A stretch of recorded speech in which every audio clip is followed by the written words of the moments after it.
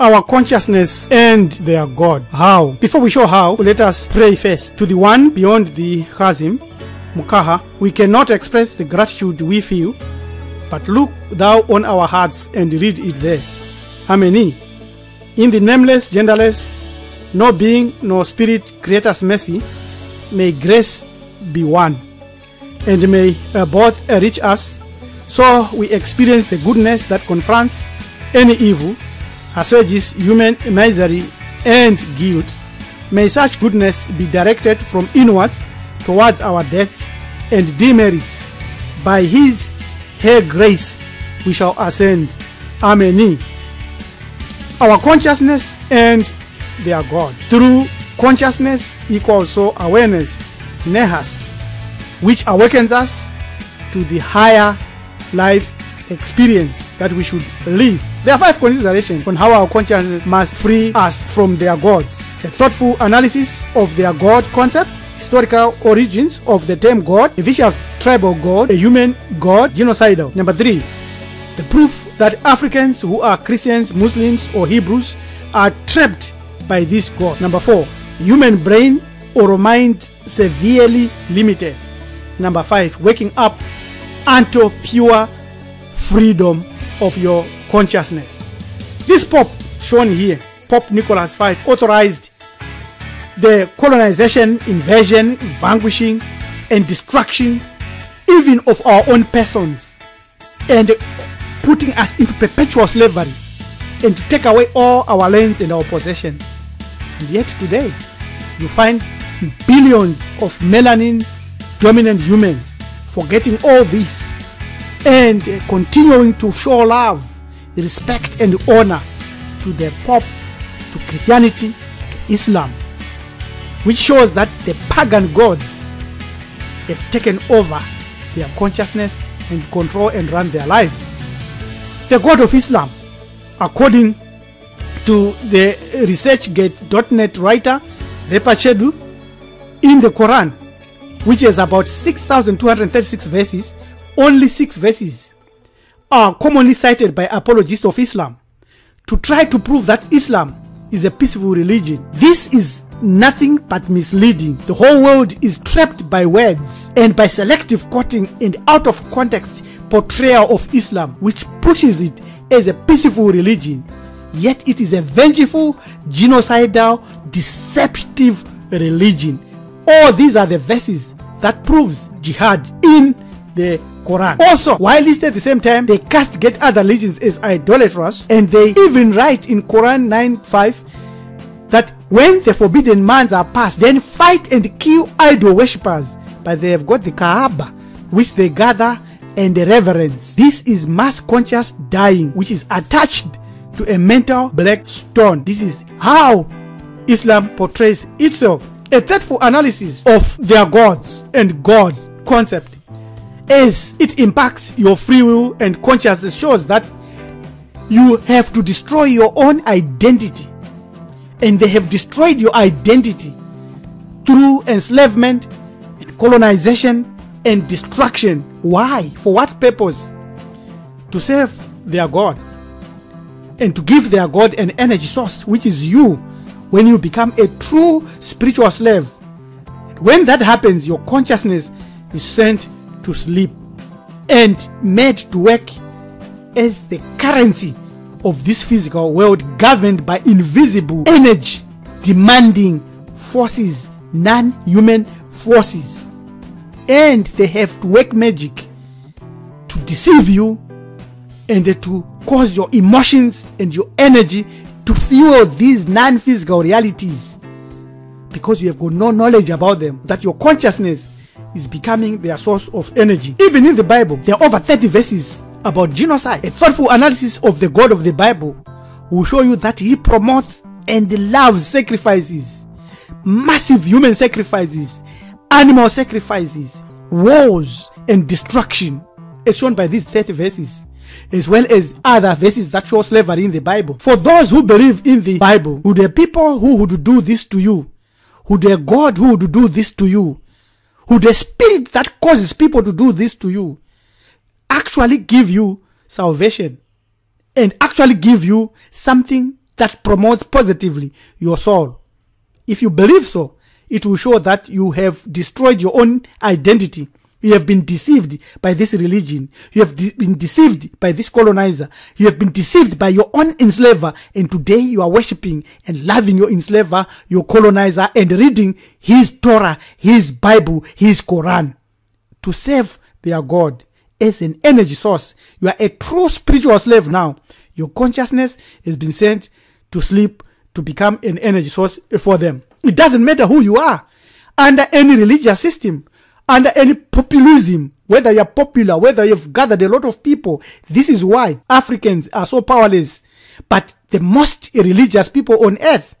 This is due to the fact that Muhammad, Jesus, Lao Tzu, or Moses cannot be your God or your prophet, no matter how much you wish for it, no matter how much you love them, no matter how much you worship them, sing and praise them, because their desire only is for your consciousness to use it as a source for the energy that is demanded by non-human elements that controls these religions. The historical origins of the noun God proves that he is a human, a male, a spirit, a being who is also a vicious tribal deity, a human god of war, a human god that is the force behind the people that enslaved you and colonized you. This is Jehovah, who is a Judeo-Christian God, loved today by billions and billions of melanin-dominant human beings across the ages since we came in contact with these colonizers. In Deuteronomy 32, 8-9, when you read it, it shows that this Yahweh, God Yahweh, is the son of the Canaanite father of gods. In the Dead Sea Scrolls, 4Q Deuti J, reflecting the earliest version of the text, refers to Yahweh as one of the sons of El, called El Elyon or Elyon. The Septuagint changes this to angels of God, Agelon Theo, showing one way of eliminating polytheistic references. In the Masoretic text, this has been altered to refer to the sons of Israel, which is anachronistic in context, but better suits their monotheistic interpretation. So you have been deceived by this God with many names, Elohim, Yahweh, Jehovah. Your consciousness has become mentally colonized by these tribal lords and masters with different names, proving that this is not the real creator who is nameless. You have also been deceived at a higher level, because you think that this Jehovah is the God of love, yet he demands genocide, destruction of innocent young children, men and women for their land. How would God want their land? Why can't he create another earth or another land? So in Judeo-Christianity and their thoughts, they have traditionally taught that this God has certain properties: omniscient, all-knowing, omnipotent, all-powerful. Yet they are the ones that go to war. They are the ones that work and do the work to sacrifice to him. And omnibenevolence, supremely good. How is he good when he causes crusades, when he causes colonization, genocide, and destruction? Your consciousness, if it swallows this, will exhibit the same spirit of this God, and you hate your own and destroy your own. So this is a deity deceived by God via the missionaries and imams and deemed to be soulless. You still follow this deity, a rank or an essential nature of a God, a divinity, and then you read it capitalized and you think, oh, this is real, the God. Yet it means many. Elohim means more than one, means gods, plural. Even Yahweh is the same. These are the images of the god El, the chief god of the Canaanite pantheon. He is also the God of the Bible. In Arabic, he is known as Allah. Currently, he is worshipped by roughly half of mankind. So at the end of the day, we have given more proof that Africans who are Christians, who are Muslims, who are Hebrews, are trapped by a man-made deity, negatively generating energy from their soul that has been sent into sleep. Your consciousness unknowingly has been deceived and is worshipping a married deity. Yahweh or Jehovah had a wife. Here are the books. Asherah is the name of this wife. there is a video also that accompanies the proof that Asherah was his wife. It is clear that they also say he is 3 in 1 in Trinity, and therefore is a tribal deity, the God of Abraham, Isaac, and Jacob, who demanded human sacrifice and eventually would sacrifice his own son to satisfy his capricious needs, because he's a tribal God who captures human consciousness. Some claim that he is Jehovah, and even that claim we know is a man-made God, a deity that attacks consciousness. The English word Jehovah, commonly promoted today as his only name by others, is a term that was derived via the Latin Jehovah by a scholar who wrote Pugio Fidei Christian, the scholar Dominic Raymondus Martini, an expert in Hebrew and other Eastern languages. This is where he gave you the word Jehovah. Yet, the name Yahweh itself is from the Gnostics, Yahweh, and the Gnostics borrowed it from Hamit, from Yah, a Kemetic moon god, and Shua, our Kemetic sky god. Now, let's look at this issue. In Islam, is Allah a spirit? You may be shocked, because Allah is a physical being. If you read these scriptures given here, and also the hadiths, we know that Allah is not a spirit but a being, because Allah has eyes. Surah 20:39. Allah has a face. Surah 55:27. Allah has hands, 2 hands on one side, the right side. Surah 564. And in Bukhari 74:36, we know he has a beautiful shin, 1 leg. Surah Bukhari is also the hadith. This is more proof that melanin dominant human beings who are Muslims have been trapped by a man-made deity, and they are negatively generating energy for those who enslaved and colonized them. Few know that God is a male deity shown here. How can you wake up now or maintain your natural divine gift of pure consciousness free from other deities' dominion? Because Islam is not your national religion, nor Christianity, nor Judaism, nor Hebrew Israelism. You must first of all know that you can easily be deceived, and you can be convinced and convincingly be deceived. Know that your human brain or mind is severely limited. You must remember that God is a deity, not the creator.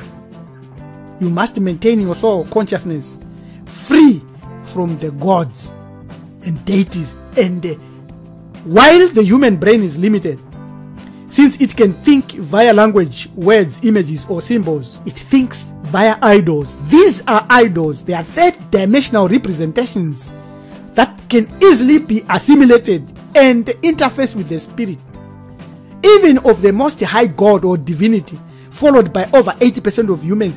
This is the method, this is the way, no matter their claim of monotheism.